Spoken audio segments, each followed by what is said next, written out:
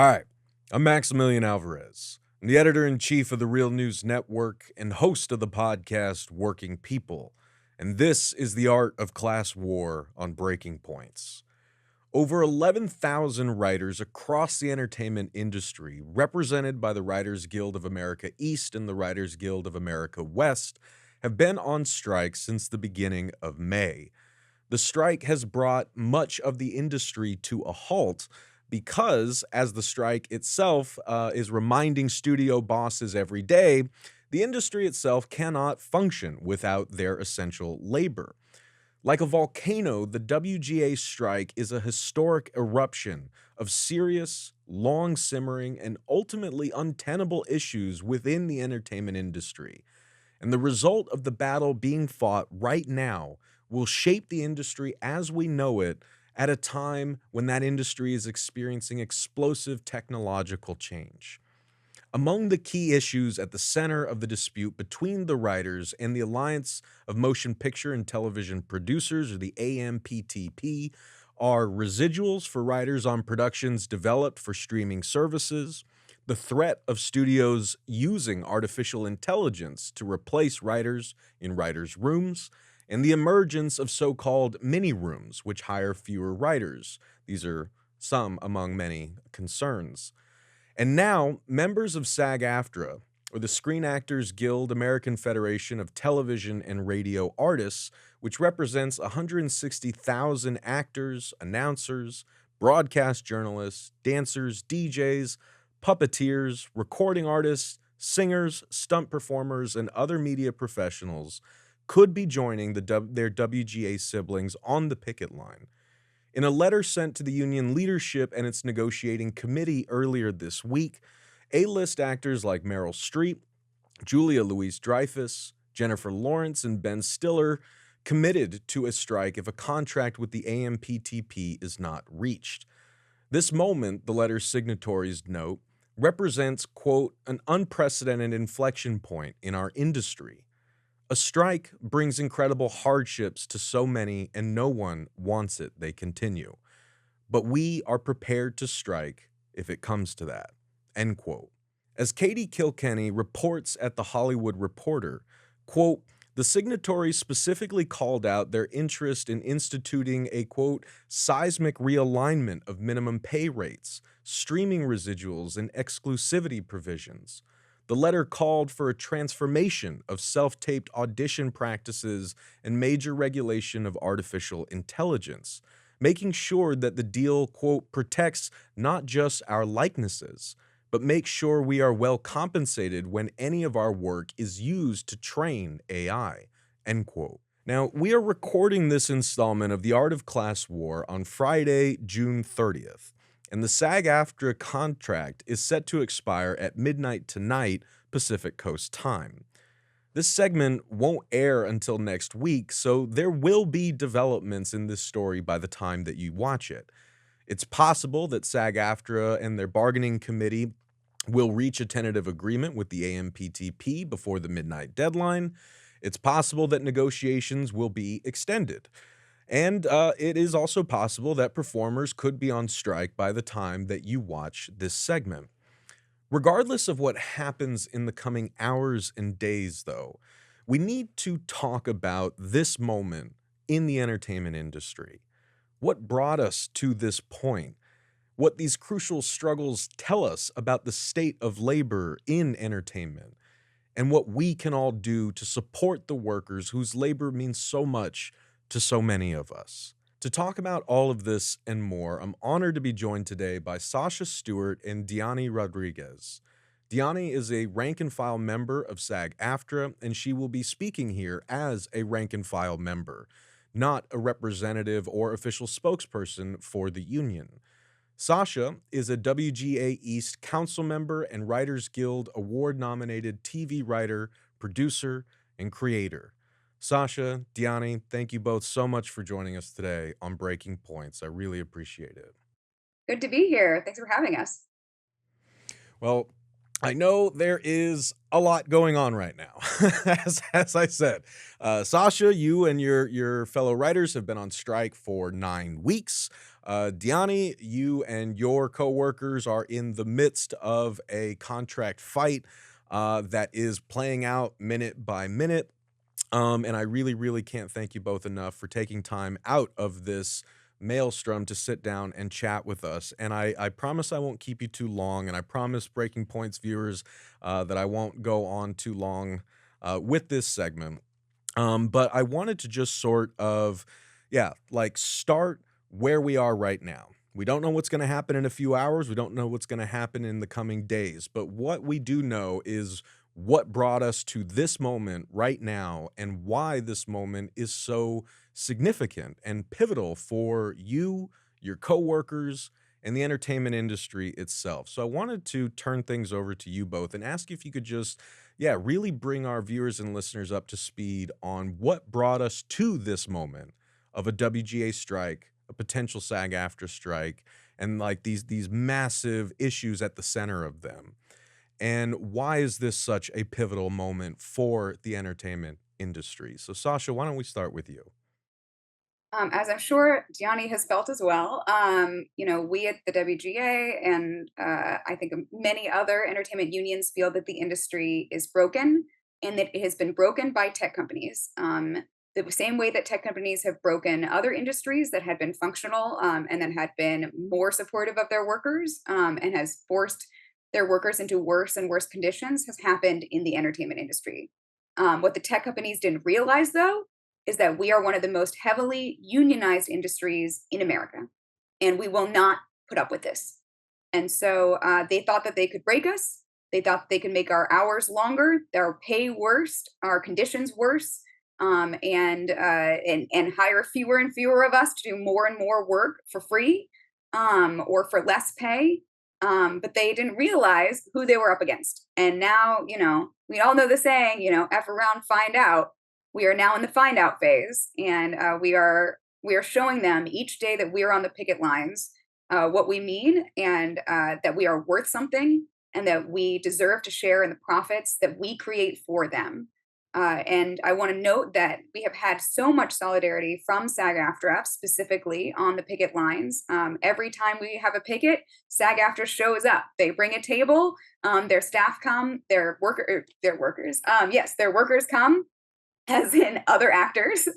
They come and they're there with us every day. We've seen incredible, incredible solidarity with IATSE and the Teamsters and all of the crew unions as well. The DGA has also been supportive. And what we're seeing is that all of us are so angry about what has happened, and we are all standing together and fighting back. We have realized that this is our collective fight, and that every single time one of these contract negotiations comes up, we are all going to step up and stand together for all of us. Yeah, hell yeah. Are we not cussing? Oh, no, you can cuss. Oh, Okay. sorry. Okay, sorry. Fuck around and find out. That's the ticket. PTP. That's the ticket right there. Um, yeah, yes, I agree wholeheartedly. I will say too, from the point of view of a SAG-AFTRA member, it has been really enlightening, kind of in a horrific way, the things that I am learning daily, hourly, about the treatment of other people, of our sister unions. And that's, in and of itself, I think that's a big reason why all of the unions in the entertainment industry should band together. But from a SAG-AFTRA point of view, I will say the pandemic did a whole lot, but the pandemic isn't the only thing that sort of put us in this moment right now. It's sort of bad negotiations in the past where we knew that there was a problem and we knew that the problem was coming to a head and we didn't really attack it because, of course, we also suffer. If we're not above the line workers, we obviously suffer from a scarcity mentality because we're not the ones making the decisions. And even if you are the one making the decision, you're not the best paid one making the decision. Like, what has happened over the past, God, since 1960? What, since the studios were broken up? Is just kind of the slow, methodical erosion of the ability for just the workaday artist to make a living. Like, what we have seen, I specifically right now, let's just talk about the things that SAG-AFTRA right now are the big, like, key points. Self-tapes. I'm in a very specific position. I'm a Southeast actor. We've been fucking self-taping for damn near a decade. Like, sorry about it, y'all. We've got our shit set up. But I'm still in a very privileged position where I live with someone, I have an automatic reader. Those are things that used to be covered by producers. I have editing software that came free with my Mac. That's a very privileged position for me. My lights were gifted to me from someone. I didn't have to pay, and I didn't have to pay Amazon, who's a member of the AMPTP, to buy my lights and my recording equipment. I'm in a very privileged position. There are people who live in LA and other markets who have to pay people every time they get an audition. And if you're a connected actor, an actor that a lot of people want to work with, you're busting out sometimes three, four, five auditions a day. That's expensive. And we have no recourse. Like 80% of our work is unpaid labor, which to an extent is understandable. And like I said, I'm in a very privileged position, but that doesn't mean that other of my brothers and sisters in the union don't deserve to be heard. And up to this point, nobody has brought that issue to the bargaining table. Residuals. Boy, oh boy, streamers and new media has really cut into our residuals, our ability to actually make a living because, again, most actors and actresses out there in the world make a living off residuals, not their initial contract buyouts or their initial negotiating ability. So we're again eliminating the idea of the working artist. And again, speaking of our shared interests, I didn't know until this point in history in my life, maybe a month ago, I didn't realize writers don't get residuals, which is insane. Am I wrong?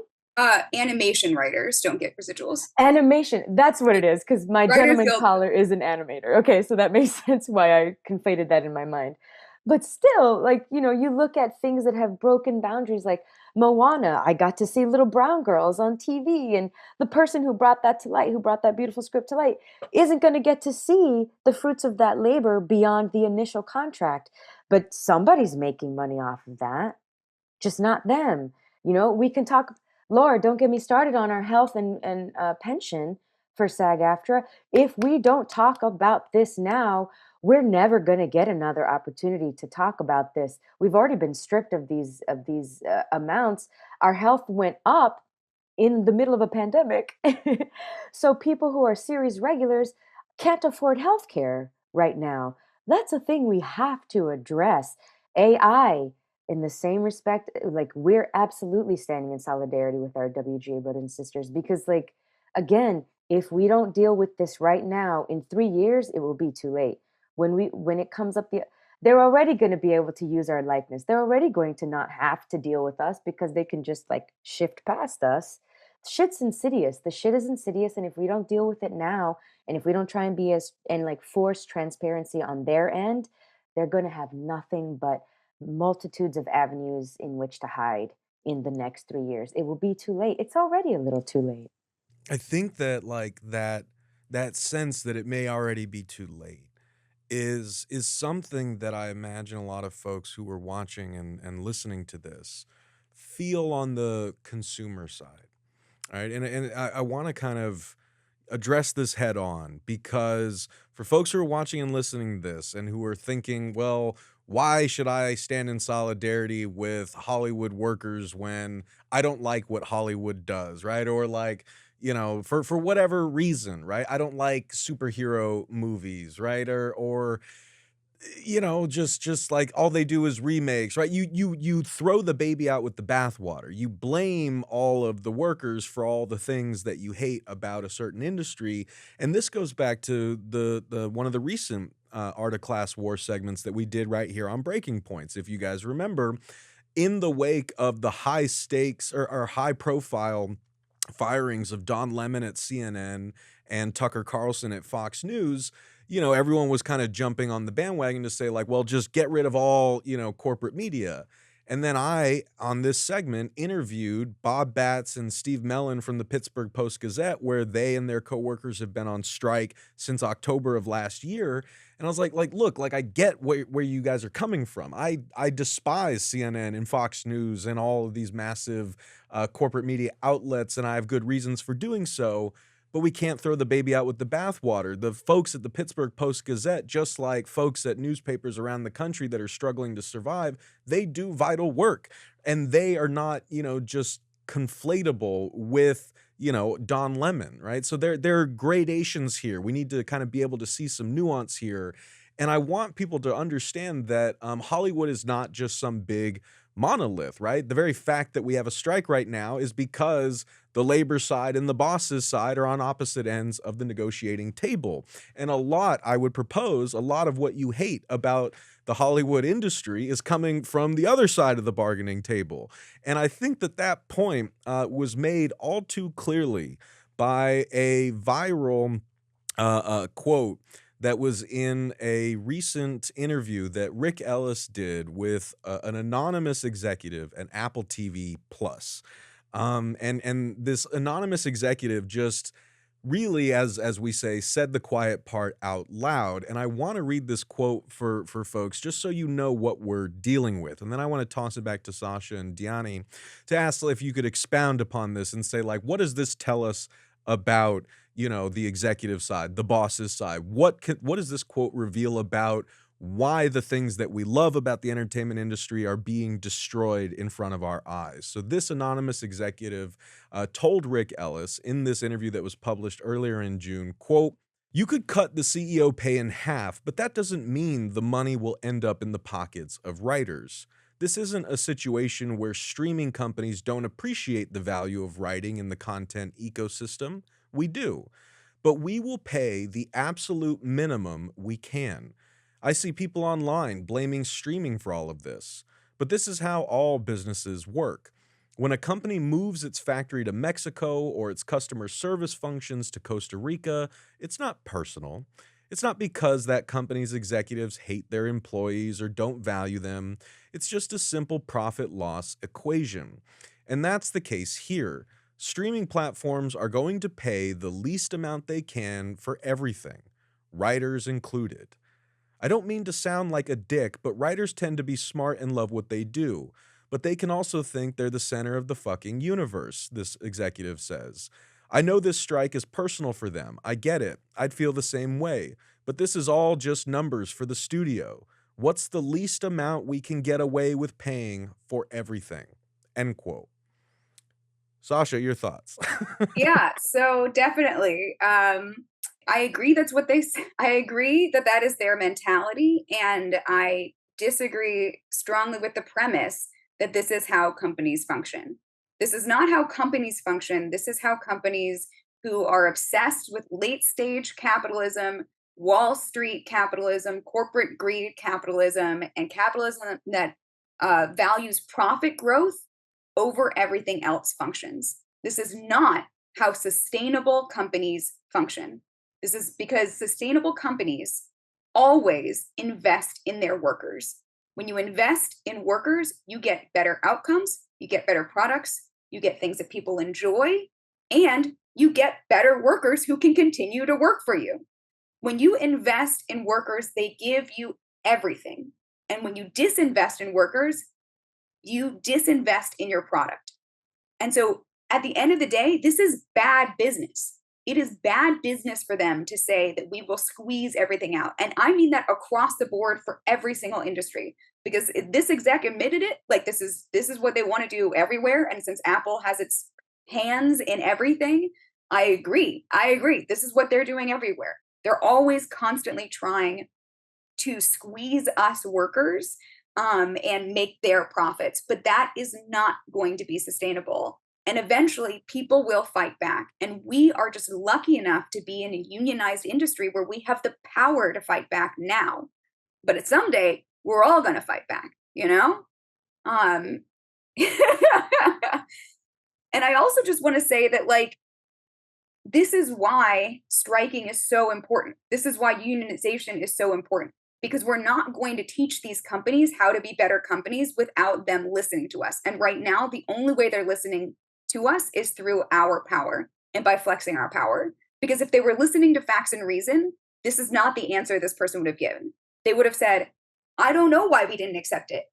For our deal, for the writers, it would have cost them $18 million a year. Apple, the company Apple would have cost them $18 million a year. And instead they're losing millions of dollars every day from this strike. But they would rather lose hundreds of millions of dollars over the course of this strike than pay $18 million a year now. Because as it says further down in that interview, they are worried that this strike will have ripple effects across the entire labor movement. And I'm saying they should be, because absolutely we are part of the labor movement, and absolutely we want all workers to stand up and demand better because we all deserve better. Yes, absolutely. I agree 100% with everything Sasha said. I will also say just the idea that somehow, um, giving people a living wage means that these giant corporations won't make a profit is insane. It's insane. We're talking about the amount of money that creates generational wealth. That's like 99.9% of us will never know or see that kind of money. So we're asking them to give up, again, what could amount to maybe 20 million a year, and it's just 15 million a year. Oh, they're paupers. That's silly. That's silly. And we should be smarter than that as a society. And okay, sure, if you're an everyday American who, feels like Hollywood is made up of just a bunch of elites and you don't like what they stand for, sure, that's fine. Then maybe look at it this way. This fight isn't just for us. You think somehow that this whole Netflix movement to ban password usage isn't isn't because of this? You think they're not trying to squeeze every ounce they can from you? And you think that your subscription to Netflix every month is going to keep them from going to an advertising model? Because heads up, they're going to an advertising model. You're basically going to be streaming cable TV. Like it's insane. It's insane to think that I don't know, working towards the interest of the everyday, and I'm gonna say blue collar worker because again, 90% of the people in my union specifically aren't Tom Cruise. They're not Jennifer Lopez. They're not. They're me, humans who just trying to buy a house, who are hoping to maintain their healthcare coverage. That's stuff that we can all agree on, I would think. And again, if you think that this is just a small problem with a small sect of people, think about what got you through the pandemic. It wasn't Yahtzee. It wasn't, skipping rope and riding bikes outside. Yeah, I know a lot of people got into their health, during the pandemic. But what the fuck got you through the pandemic? Movies, media, the artists that you look to help you escape. And again, even if you don't think that that matters, what do you think's going to happen if we turn to AI almost exclusively to create your content?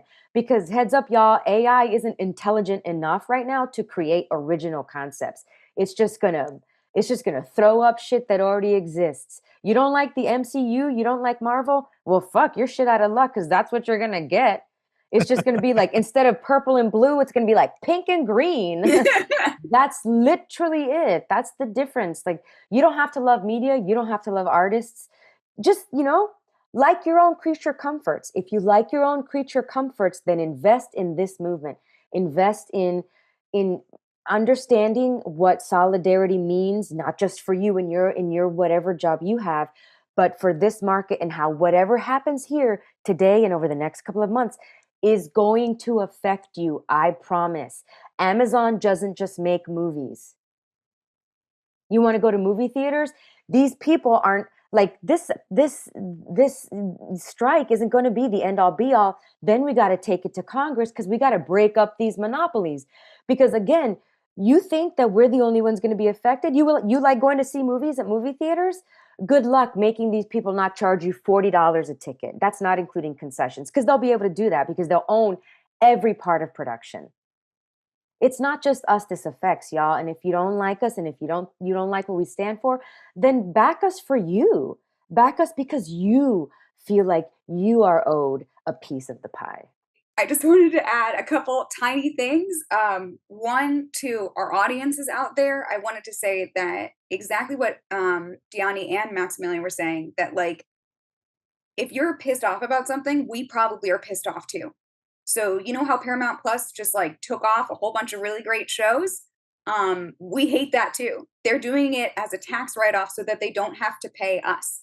So that we worked so hard to make these shows that you would love, and they're taking them away from you. You know how Netflix cancels all your favorite shows after 1 or 2 seasons? We hate that too. And we know how to create amazing shows that can last for 5, 6, 7, 8, 9 seasons. Look at The Simpsons. It's been on for 30 something seasons. Writers did that, and actors make amazing characters who you want to keep watching. And so we understand that. And the old way that the industry worked, was not perfect, had huge problems, but at least it understood that it wanted to be a sustainable model where you would make money for years to come by creating audiences, by creating amazing shows, by creating shows that people actually want to watch and movies people want to go see. And that involves writers and actors and all of amazing crews, directors, everybody working together.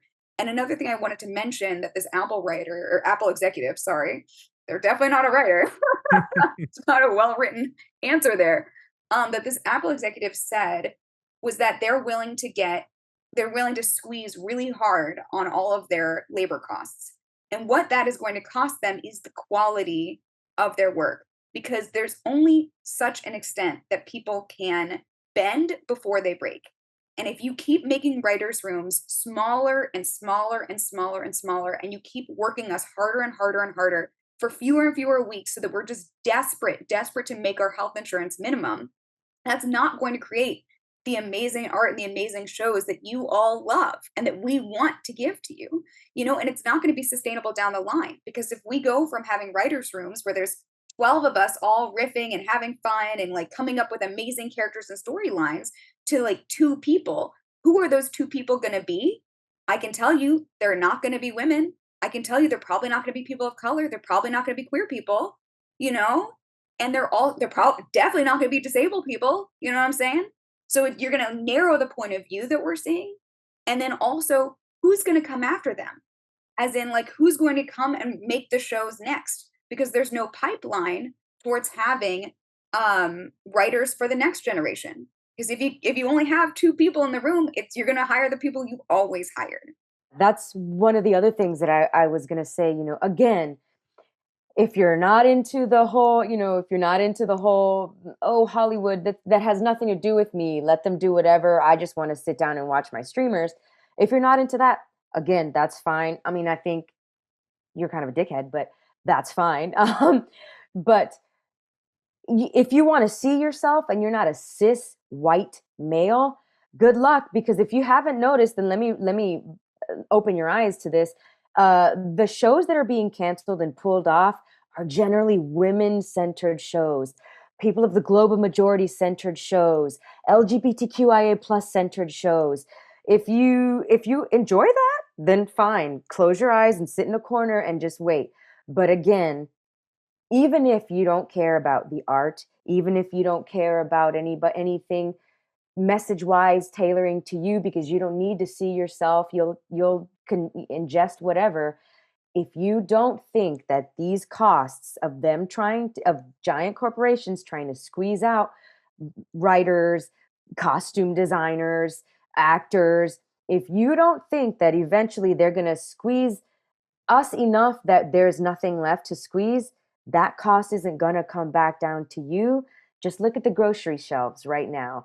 The Ukraine war had some sort of big effect on corn production. So shrinkflation happened. We were seeing it at the grocery stores. And funny enough, we have managed to get back to a normal production of corn, yet our grocery store prices are still high. If you don't think that this potential strike and these movements are going to have any effect on you, the consumer who doesn't happen to be invested in any way in the artist behind what you consume, then I don't know how else to convince you, because I can promise you, you are going to be affected. So help us stop it now. Well, I think like what it really all boils down to, which both of you have said, right, is that what that Apple TV Plus executive, the anonymous executive whose quote I read, said about the writers, right? What this executive is saying about labor in the entertainment industry also applies to you, the consumer, right? And to me, like all of us, right? Like they apply the same kind of calculation and the same level of disdain for us as consumers. So when that executive is saying, look, it's not personal, we just want to squeeze the most we possibly can out of our workers for the least amount of compensation possible so that we can maximize our profits.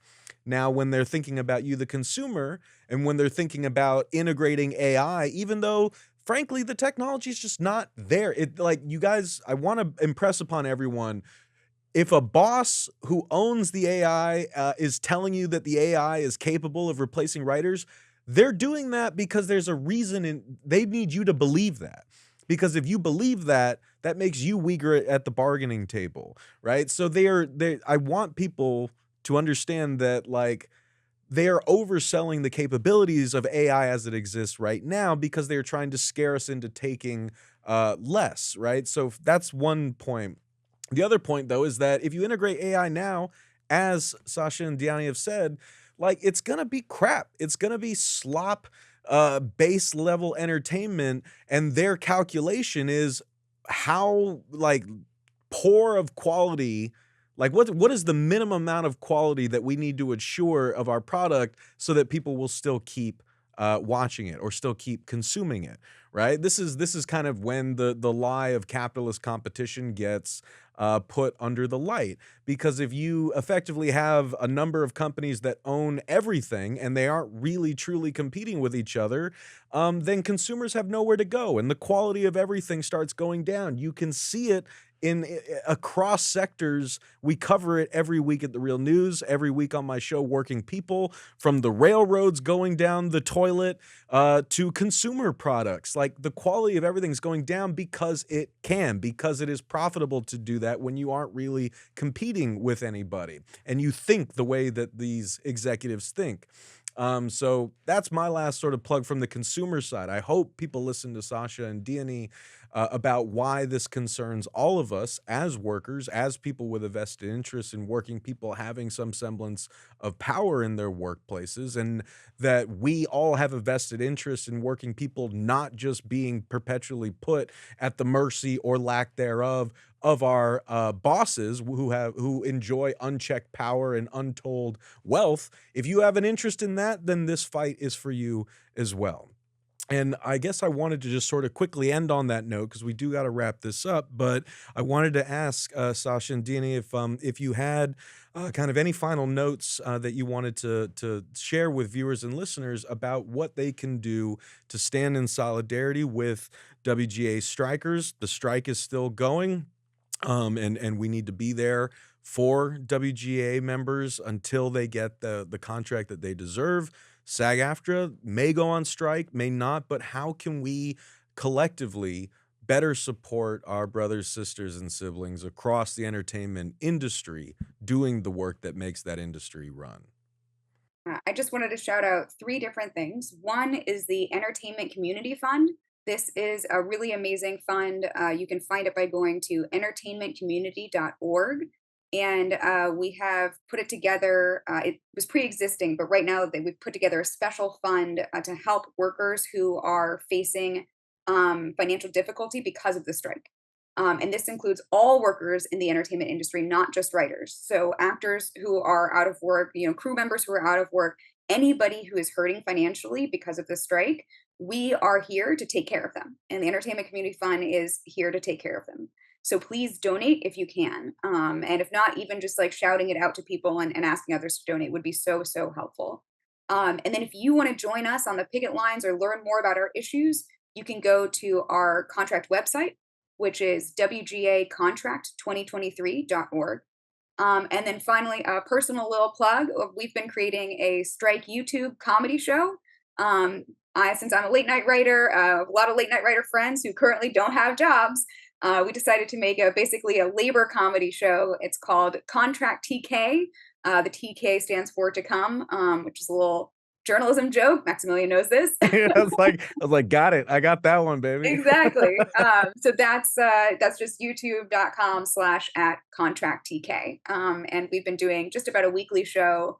Our last one just went up last night, and it's very funny, and hopefully it helps show you all the different issues, and also is a great place to make fun of all the people who we're mad at right now, like David Zaslav and Bob Iger. Bob Iger, the great savior. Hmm. Uh, Who's taken a bunch of shows off of Disney Plus that you all love. yeah, weird. It's almost like it's on purpose. Yeah, while also raising the cost of Disney Plus. Yeah, but the consumer doesn't care. um, yes, I thank you for shouting that out, also, Sasha, because I just wrote down community entertainment community fund, just just for Do my it. own Get a grant. information. Um, I will also say, and this is not a popular answer, but it will hopefully potentially give folks some idea of what they will miss and what is potentially at stake. You can cut ties with your streamers. It's not popular. It's not easy. I haven't done it yet. I've done it slowly but surely. Like we've taken off HBO Max and we've taken off Showtime. Um, but if you want to show your solidarity, start to cut their dollars. Um, Again, it may bite us all in the ass because, of course, it will always affect the consumer. You know that they'll probably jack up subscription prices if we all stop our subscriptions now. But that is a way to show your solidarity.